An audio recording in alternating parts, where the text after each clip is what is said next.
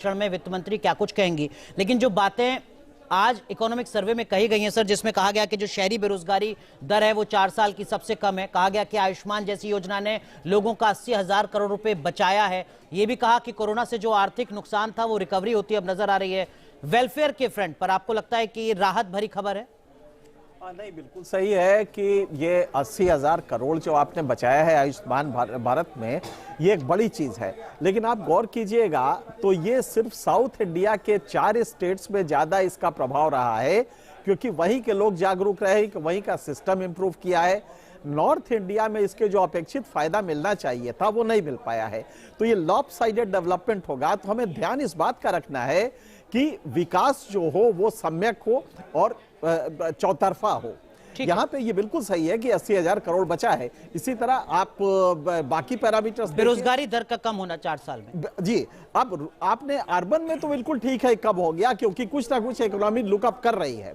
लेकिन अगर ग्रामीण में नहीं पड़ेगा तो आप जानते हैं कि 45 करोड़ वो जो बेरोजगार हैं वो गांव में हैं। ठीक है। लिहाजा आपको यही कल के बजट में आपको यही देखना होगा कि क्या आपने एमएसएमई सेक्टर, रूरल इंडिया में, बायोंसी इकोनॉमी में, इसके लिए क्या क्या कोशिशें की है, ये मुझे देखने की जरूरत है। और ये ध्यान रखिएगा कि ये आखिरी पूरा बजट है मोदी 2 का।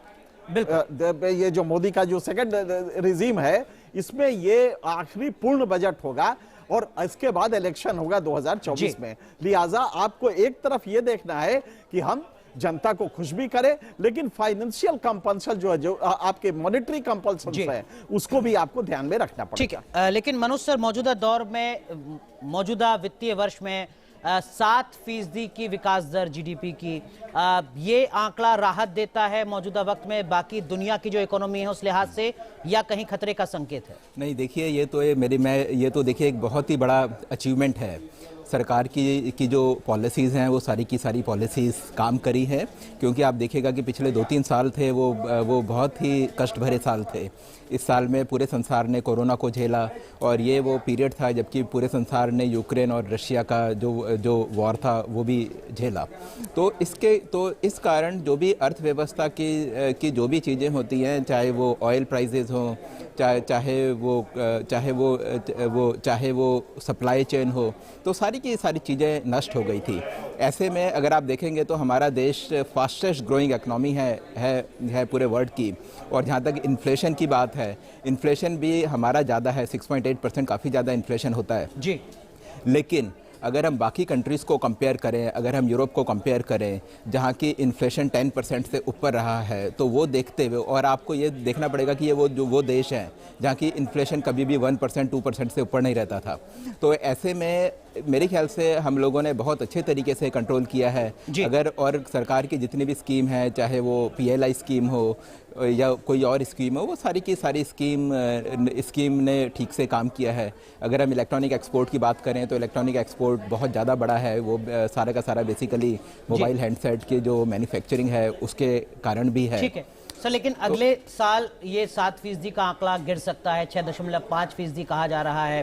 क्या ये स्वाभाविक है? मौजूदा बदलाव जिस तरीके की पूरी दुनिया की इकोनॉमी दिख रहे हैं उसके बाद यही होना है, या ये भारत के लिए एक चुनौती की बात है? और 2024 के लोकसभा चुनाव के लिहाज से, राजनीति के लिहाज से इस आंकड़े का क्या कुछ मतलब? नहीं, मेरे ख्याल से ये कोई ऐसी चिंता वाली बात नहीं है, क्योंकि जब आपका बेस बढ़ता है तो नेचुरली नेक्स्ट ईयर ग्रोथ थोड़ा कम तो होता ही है। तो ये तो है। लेकिन अगर हम अगले साल की बात करें तो अगले साल जो भी बजट होगा हमारा अभी जो आने वाला है, वो बजट एक इलेक्शन बजट होगा। उस बजट में हम कोई बहुत ज़्यादा रिफॉर्म्स की बात नहीं कर सकते। हम गवर्नमेंट कोई भी ऐसे डिसीजन नहीं लेगी जिसके कारण की ड्रास्टिक चेंजेस हों और जिसके कारण की इकोनॉमी बहुत तेज भागे। मेरे ख्याल से तो हमारी इकोनॉमी जिस स्पीड से जा रही है उसी स्पीड से जाती रहेगी।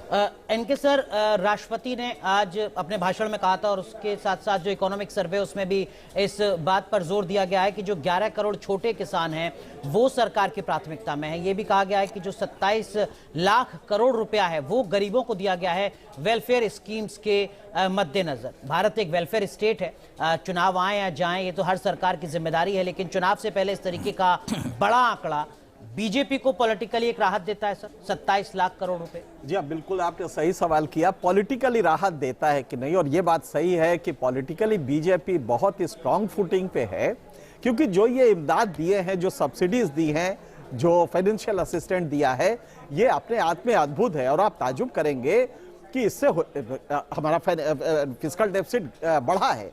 और ये भी सही है कि कई बार ये सब्सिडीज जो आप जरा गौर कीजिएगा, फर्टिलाइजर में आपकी सब्सिडी जो 14 में 1 लाख सवा लाख करोड़ की होती थी, आज 3.5 लाख करोड़ की है जी। तो फर्टिलाइजर सब्सिडी आपने दिया, फूड ग्रेन पे सब्सिडी दे रहे हैं, पेट्रोल पे दे रहे हैं। ये 3 आपके मेजर हैं जो कि बर्न करते हैं हमारे बजट का 22% इन तीनों में जाता है सब्सिडी में। लेकिन एक चीज जरूर है कि जो आप सब्सिडी, जैसे फर्टिलाइजर सब्सिडी है, वो आप अगर आगे देते हैं तो पॉलिटिकली भले फायदा हो, इकोनॉमिकली नुकसानदेह है, क्योंकि उस फर्टिलाइजर में मेजर कंपोनेंट नाइट्रोजनस फर्टिलाइजर का है, खास करके यूरिया का, और किसान सस्ता यूरिया लेके अपने खेत को बर्बाद कर रहा है। वो फास्फेट नहीं डाल रहा है, वो पोटेश नहीं डाल रहा है। ये सरकार के लिए एक बड़ी चुनौती है कि वो किस तरह से सब्सिडीज को इक्वलाइज करे कि तीनों में वो बराबर डिस्ट्रीब्यूट। लेकिन जब बीजेपी का कोई प्रवक्ता किसी पॉलिटिकल रैली में बताएगा कि देखिए 2008 में मनमोहन सिंह सरकार ने 72,000 करोड़ रुपए दिए थे सिर्फ किसानों की कर्ज माफी के लिए, 2009 में आपने उनको चुन लिया था, यहां तो हम 27 लाख करोड़ रुपए खर्च कर चुके हैं आपके वेलफेयर के लिए। बताएगा, कन्विंस भी कर लेगा, और ये हो ही रहा है। 2 चुनाव में आपने देख ही लिया। लेकिन इकोनॉमी अलग चलती है, पब्लिक मूड अलग चलता है। अब आपको चूंकि 8 साल हो गए हैं और 10 साल होने जा रहे हैं, तो अब आपको पब्लिक मूड के अलावा यह भी देखना है कि हेल्थ सेक्टर में, एजुकेशन में आपका खर्च अगर 2% आज भी टोटल मिला के सिर्फ 2% होता है, तो लॉन्ग टर्म में आप विश्व गुरु बनाने में आपको दिक्कत आएगी। लिहाजा आप हेल्थ एजुकेशन में कल कितना खर्च कर रहे हैं, बजट जब आप प्रस्तुत करेंगे, ये मेरे ख्याल से एक बड़ा इशू होगा। मनोज सर, इकोनॉमिक सर्वे में कहा गया है कि देखिए रुपए की जो कीमत है वो जिस तरीके से गिर रही है, ये चुनौती की बात है। साथ ही साथ यूएस फेड जो अपने रेट बढ़ा रहा है, यानी अमेरिका में जिस तरीके से ब्याज दरें बढ़ रही हैं, उसका भी असर आने वाले वक्त में हो सकता है एक बड़ी चुनौती के तौर पर। ये वो फैक्टर है सर जो मिडिल क्लास पर सीधे सीधे असर डालता है। क्या आपको लगता है कि इसको एड्रेस किया जाना चाहिए वित्त मंत्री को अपने बजट भाषण में? हाँ, देखिए, करना चाहिए, लेकिन ऐसा है कि जो एक्सटर्नल फैक्टर्स होते हैं, एक्सटर्नल फैक्टर्स में हमारा कोई बहुत बड़ा कंट्रोल नहीं होता और उसको हम इन्फ्लुएंस भी नहीं कर सकते। और जहाँ तक फॉरेन करेंसी की बात है, तो पूरे अगर आप बाकी कंट्रीज़ भी देखें तो वहाँ की करेंसीज भी इसी तरीके से गिरी हैं। यूरोप की हम अगर बात करें तो जी, और अगर पाकिस्तान की तो खैर हालत ख़राब है, उसकी तो हमें बात ही नहीं करनी चाहिए। तो लेकिन अब तो ऐसे में मेरे को लगता नहीं कि गवर्नमेंट ऑफ इंडिया के हाथ में या हमारे हाथ में बहुत ज़्यादा कुछ है। तो हम मानसिक रूप से तैयार हैं कि आने वाले वक्त में ब्याज दरें और ज़्यादा बढ़ सकती हैं, जिस तरीके की ब्याज दरें भी बढ़ सकती हैं और जो बोरोइंग का कॉस्ट होगा वो भी बढ़ेगा। तो जो हम प्राइवेट इन्वेस्टमेंट की बात कर रहे हैं, वो मेरे ख्याल से हमें देखना पड़ेगा कि प्राइवेट जो इन्वेस्टमेंट है, प्राइवेट इन्वेस्टमेंट में बहुत ज़्यादा फर्क ना पड़े। मेरे को लगता है कि गवर्नमेंट इसके लिए कुछ ना कुछ करेगी। ठीक है, इसी से जुड़ी एक और बात सर, करंट अकाउंट डेफिसिट, जो एक बड़ी चुनौती इकोनॉमिक सर्वे में बताई गई है। दुनिया भर में बढ़ती कीमतों को इसके पीछे की एक बड़ी वजह बताया है। चुनावी साल में करंट अकाउंट डेफिसिट का बढ़ना घटना बहुत ज़्यादा मायने रखता है क्या सर? मेरे को लगता नहीं कि बहुत ज़्यादा मायने रखता है, क्योंकि आज की डेट में फिर ये भी करंट अकाउंट डेफिसिट भी एक ऐसी चीज़ है जिसमें कि एक्सटर्नल फैक्टर्स काफ़ी ज़्यादा काम करते हैं। और क्योंकि ये चुनावी बजट है तो इसलिए हम अपने खर्चे कम करेंगे, मुझे इसमें डाउट है। मेरे ख्याल से तो जो भी चुनावी बजट होता है उसमें डोल आउट्स ही देते हैं और उसके कारण खर्चे बढ़ते ही हैं। तो मेरे ख्याल से अब अगर अभी इलेक्शन है तो ऐसे में करंट अकाउंट डेफिसिट में बहुत ज़्यादा मतलब कि एक ऐसी चीज़ नहीं है कि जिसमें हमें बहुत ज़्यादा चिंता करनी चाहिए। ठीक है एनके सर, महंगाई में कमी लाना एक बड़ी चुनौती है। इकोनॉमिक सर्वे में इस बात को साफ साफ कहा गया है। पॉलिटिकली महंगाई को काबू में ना ला पाना 2023 में कोई बड़ा मुद्दा रह गया है क्या आपके हिसाब से, तब जबकि पेट्रोल के दाम लगभग 100 रुपए लीटर हैं? बिल्कुल सही है, ये इशू बड़ा होगा और इसमें कोई दो राय नहीं है कि महंगाई सरकार हर हालत में कंट्रोल करना चाहेगी और मुझे लगता है कि ये कर लेगी, ये सक्षम है करने में। आप हिमाचल का चुनाव देख लीजिए, वो एक इंडिकेटर है कि महंगाई डज मैटर, ये जनता के दिमाग में असर करती है और अगर ये असर करती है तो आप इसको कंट्रोल करेंगे कैसे?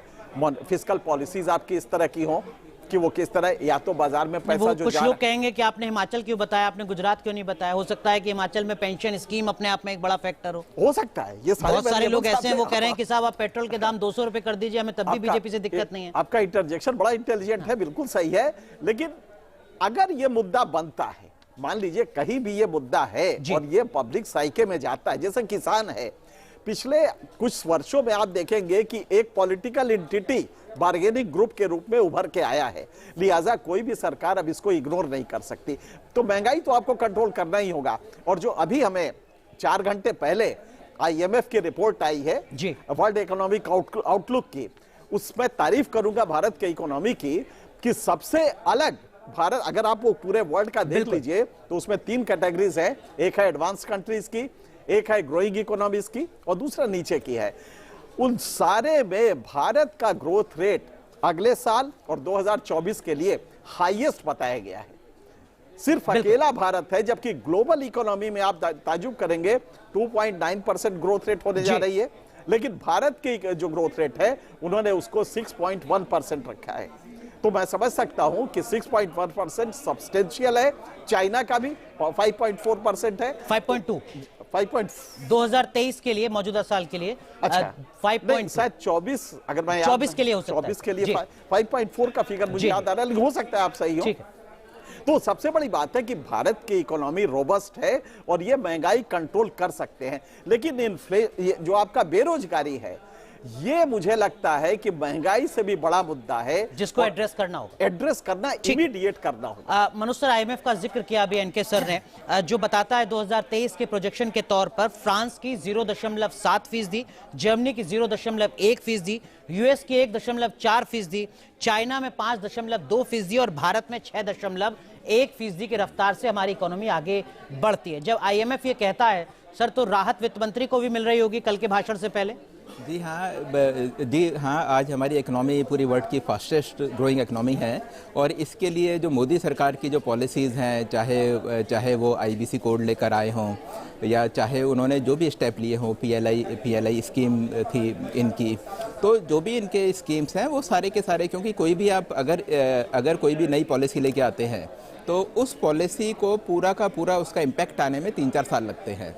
आप देखिएगा कि बीच में भले ही कोरोना आया, उसके बाद ये जो यूक्रेन रशिया का वॉर आया, इस सब के बावजूद भी हमारी जो इकोनॉमिक ग्रोथ हुई है, ग्रोथ के पीछे हमारा जो सबसे बड़ा कारण है वो कारण है कि हमारी पॉलिसीज़ बहुत ज़्यादा स्ट्रांग थी और ये बहुत बड़े रिफॉर्म्स थे मोदी सरकार ने जो किए हैं और ये उसी का इम्पैक्ट है कि ये चीज़ सामने आई है। और उन्होंने कई सारे डिसीजन जो लिए हैं जो कि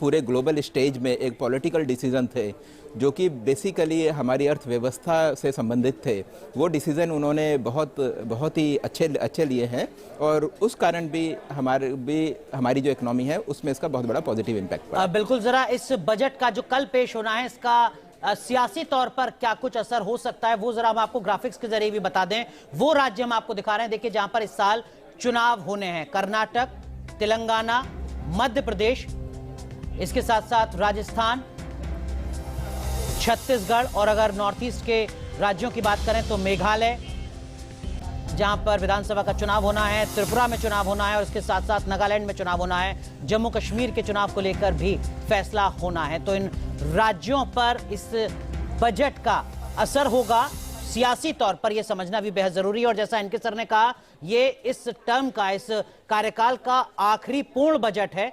2024 में पूर्ण बजट नहीं आएगा, लिहाजा जो भी कुछ वित्त मंत्री बड़े ऐलान कर सकती हैं वो इसी बार कर सकती हैं, 2024 के लोकसभा चुनाव के मद्देनजर भी। लेकिन मनोज सर, आपने भी PLI का जिक्र किया।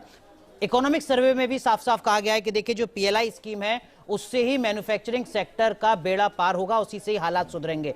क्या वाकई आपको लगता है कि ये एक चमत्कारिक चीज है और इसका रोजगार से क्या कुछ कनेक्शन है? नहीं, आप देखिए कि इकोनॉमिक सर्वे में जैसे फिगर है कि जो PLI स्कीम है, इसके कारण 3 लाख नए रोजगार मतलब आए हैं जी। तो आप ये देखिएगा कि जो PLI स्कीम थी, ये एक हमारे यहाँ जो मैन्युफैक्चरिंग में जो चाइना के मुकाबले हम पीछे छूट गए थे, और आज की डेट में जबकि चाइना में को ग्लोबल कंपनीज बहुत ज़्यादा पसंद नहीं कर रही हैं उनकी पॉलिसीज़ के कारण या जो भी वहाँ कंडीशंस हैं, तो वो सारी की सारी चाइना से शिफ्ट होने की कोशिश कर रही हैं। तो उसको इंडिया में अट्रैक्ट करने के लिए PLI स्कीम बहुत ज़्यादा ज़रूरी थी, और जो कि एक मेरे ख्याल से बहुत ही इनोवेटिव स्कीम है। और इस कारण अगर आप देखें कि एप्पल ने भी हम अभी अपना जो फ़ोन का प्रोडक्शन है हमारे देश में काफ़ी ज़्यादा कर दिया है, तो मेरे ख्याल से PLI स्कीम एक बहुत ही अच्छे स्कीम की तरह सामने आई है। ठीक है सर, इनके सर एक बात और जो इकोनॉमिक सर्वे में कही है वो कही गई है निजी खपत की, मतलब हम और आप जो खर्चा कर रहे हैं अपने घर के सामान के लिए वही हमारी इकोनॉमी को आगे बढ़ा रहा है। ग्रोथ का सबसे बड़ा जो फैक्टर है वो निजी खपत है, और यही भारत की इकोनॉमी की यूएसपी भी है सर। हाँ, बिल्कुल सही कह रहे हैं। निजी खपत, भारत 140 करोड़ का देश है, तो यहाँ निजी खपत मैटर करता है। और निजी खपत मुझे लगता है कि जो पश्चिमी देश हमारी तरफ देख रहे हैं उसका एक कारण है कि हम बहुत बड़े कंज्यूमर हैं, और सिर्फ कुछ चीजों के नहीं है, लगभग अब तो सभी चीजों के। आज ही खबर आई है कि फैशन इंडस्ट्री में पुरुषों के सौंदर्य प्रसाधन का जो वो है प्रोडक्ट, वो अचानक बहुत तेजी से बढ़ रहा है। तो आप समझ सकते हैं कि हम कंज्यूमर का रेंज हमारा क्या है जी। और अब सच है, दाल से लेके, दाल भी हमारे यहाँ इंपोर्ट होता है, और इस साल चूंकि मौसम खराब हो गया है, कल की जो बारिश हुई है और दाल का रकबा भी कम हो गया है, तो दाल का इंपोर्ट हमें बढ़ाना पड़ेगा, तिलहन का बढ़ाना पड़ेगा। गेहूं में हम मजबूत है, ये हमारे लिए एक अच्छा एक वो है। लेकिन ये कुल मिला के जो कल बजट आएगा इसमें एक बहुत ही होशियार बैलेंसिंग करनी पड़ेगी, जिसमें कि आप वो जो सुविधाएं दे रहे हैं उनमें या तो बढ़ोतरी करें, बढ़त लाएं, या कटौती कम से कम ना करें। लेकिन तब आपको यह भी देखना है कि आपका रेवेन्यू डेफिसिट की स्थिति क्या है।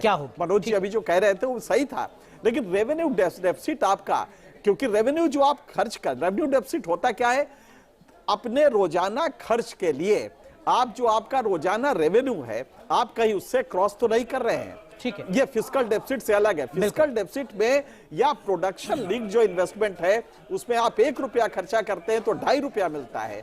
लेकिन रेवेन्यू डेफिसिट अगर आप कर रहे हैं तो ये किसी भी इकोनॉमी के लिए बहुत खराब माना जाता है। तो आपको ये देखना होगा कि बजट में आप सुविधाएं तो दें, लेकिन उसका रिजल्ट भी आपको मिले, वो प्रोडक्टिव चैनल्स में जाए, न कि वो कॉन्स्पिकुअस कंजम्पशन, आडंबर निष्ठ जो कंजम्पशन होता है उसमें वो खर्च ना हो। बिल्कुल। अब मनोज सर, आपने कहा कि खर्चे बढ़ेंगे इस बजट में, ये हो सकता है कि खर्चे बढ़ाए जाएं। खर्चे बढ़ाने का मतलब क्या है सर, और खर्चा बढ़ाना सरकार का, वित्त मंत्री का, आम आदमी के ऊपर क्या असर डालता है? नहीं, देखिए ऐसा है कि क्योंकि ये इलेक्शन बजट है तो ये एक्सपेक्ट किया जाता है कि किसी भी इलेक्शन बजट में कई सारी सोशल स्कीम्स में पैसा खर्च होगा, और कई ऐसी स्कीम सामने आएंगी जिसके कारण कि वोटर अट्रैक्ट होगा। तो वो उस वोटर को अट्रैक्ट करने के लिए जो भी नई स्कीम्स आएंगी, फॉर एग्जांपल मनरेगा में ज़्यादा पैसा अगर खर्च कर दिया, या फिर किस मतलब इस तरीके की कई सारी चीज़ें हो सकती हैं सोशल सेक्टर में। कुछ किसान बात चल रही है, हाँ जी, किसान 6,500 से 8,000 कर दिया जाएगा। तो इस तरह की चीज़ों में जो पैसा खर्च होगा तो उसके कारण हो सकता है कि हमारा एक्सपेंडिचर बढ़ जाए, और उसका फायदा आम आदमी को उसका फायदा आम आदमी को होगा। और क्योंकि ये सिर्फ 1 साल के लिए जनरली होता है, 1 साल के बाद जो बजट आएगा उसमें फिर से इकोनॉमिक्स काम करेगी, तो मेरे ख्याल से ये एक रूटीन सी बात अब हमारे देश के लिए हो गई है। लेकिन एनके सर, हर किसी के जहन में यही सवाल इस चर्चा के बाद, खासकर कि इस बार का जो बजट होगा आज के इस इकोनॉमिक सर्वे के बाद, उसमें वित्त मंत्री की प्राथमिकता क्या होगी? आर्थिक चुनौतियों पर लगाम लगाया जाए, जैसे करंट अकाउंट डेफिसिट, महंगाई, निर्यात कम हो रहा है उसको कैसे बढ़ाया जाए, या फिर चुनाव नजर में आएगा जैसे नवराज हमने दिखाया, और अगले साल होने वाला लोकसभा चुनाव? देखिए, इलेक्टोरल डेमोक्रेसी है, इसमें चिड़िया की आंख सिर्फ चुनाव होता है, और वो भी उस साल जिसके अगले साल चुनाव होने हैं। तो इसमें कोई दो राय नहीं है कि सरकार, और इसके पहले भी करती रही है। आपने देखा कि पिछले 3 सालों में सब्सिडीज को कितना बढ़ाया। फूड सब्सिडी आपने देखा कि 5 किलो मुफ्त अनाज, और इसके अलावा जो 35 किलो मिल रहा था वो चल ही रहा था, उसमें भी अब आपने 5 किलो अनाज अगर खत्म किया है तो 5 किलो को फ्री कर दिया है। तो सब्सिडी अगर पहले से दे रही सरकार तो वो सरकार मूर्खी मानी जाएगी जो चुनाव के दौरान कम कर दे, सब्सिडी कम कर दे।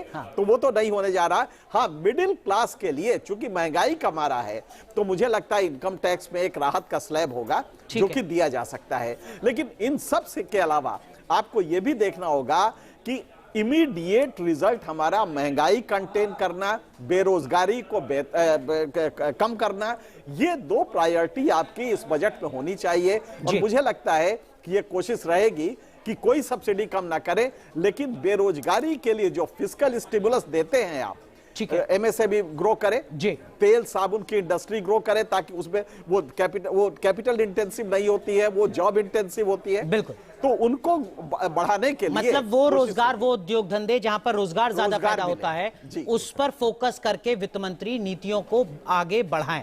लेकिन इन सब के बीच सर, जो नौकरी पेशे वाले लोग हैं सर, मुझ जैसे लोग हैं, मनोज सर, उनके जहन में ये भी सवाल होगा कि टैक्स को लेकर कुछ बदलाव हो सकता है। इनके सर ने थोड़ी राहत दी कि इस बार टैक्स स्लैब में कुछ बदलाव हो सकता है। 2015 में हुआ था आखिरी बार, 8 साल हो चुके हैं सर। देखिए, टैक्स के बारे में कुछ भी कहना बिल्कुल ही एक ऐसी बात है कि जिसके बारे में किसी को मालूम नहीं होता। उसका रीज़न ये है कि इंडिया में सिर्फ 3% लोग ही इनकम टैक्स का जो रिटर्न है वो फाइल करते हैं। तो गवर्नमेंट को भी लगता है कि टैक्स जो पेयर है वो हो सकता है कि उतने ज़्यादा उनके वो जो वोटर, इतने वोट बैंक इतना ज़्यादा बड़ा ना हो। और जनरली जब वो वोट करते हैं तो वो, और जो लोग टैक्स पे करते हैं वो थोड़ा एक एजुकेटेड क्लास होती है, और जनरली वो बहुत ज़्यादा इन्फ्लुएंस, मतलब उन्हें जहाँ वोट करना है मोस्ट लाइकली वहीं वो लोग वोट करेंगे। तो उस पे तो मुझे डाउट क्या, मतलब डाउट तो नहीं है, लेकिन इसके बारे में कुछ भी कहना गलत है। लेकिन ये बात बिल्कुल ठीक है कि ये जो बजट है पूरा पॉलिटिकल बजट होगा, इलेक्शन बजट होगा। और जो आज का इकोनॉमिक सर्वे है वो एक वो इकोनॉमिस्ट का इकोनॉमिक सर्वे है, जिसमें बताया गया है कि क्या पोजीशन है और क्या होना चाहिए। ठीक है, लेकिन जिस तरीके के इंडिकेटर्स, जिस तरीके के फंडामेंटल्स आज के इस इकोनॉमिक सर्वे में बताए गए हैं, सरकार को ये अनुमति मिलती है कि वो चुनाव को ध्यान में रखकर बजट पेश कर सके? मतलब सरकार के पास कुछ है बताने के लिए, मनोज सर? नहीं, देखिए, ऐसा है कि इलेक्शन बजट तो पॉलिटिशियन ही बनाता है और चुनाव को ध्यान में रखते हुए ही बनाता है। तो आज के जो पैरामीटर्स हैं वो पैरामीटर्स तो सारे अच्छे हैं। हम लोग आज की डेट में सरकार के पक्ष में हैं, हम लोग हाईएस्ट ग्रोइंग इकोनॉमी हैं, तो और इन्फ्लेशन हमारे यहाँ ज़्यादा है ज़रूर, और उसको कम होना चाहिए। लेकिन अगर हम बाकी कंट्रीज से कंपेयर करें तो हमारे यहाँ कंपेरेटिवली कंट्रोल्ड है। ठीक है, तो हालात बाकी कई देशों के मुकाबले बेहतर हैं, ये राहत की बात है। अब देखना होगा कि वित्त मंत्री अपने बजट भाषण में इन बातों को ध्यान में रखते हुए आपके लिए क्या कुछ बेहतर योजनाओं के साथ सामने आते हैं। बहुत बहुत शुक्रिया आप दोनों का जुड़ने के लिए, और आज के इस इकोनॉमिक सर्वे का मतलब क्या हो सकता है कल के बजट भाषण पर यह समझाने के लिए कल बजट को लेकर बड़ी कवरेज न्यूज नेशन की जारी रहेगी। छोटा सा ब्रेक, तुरंत हाजिर होता है।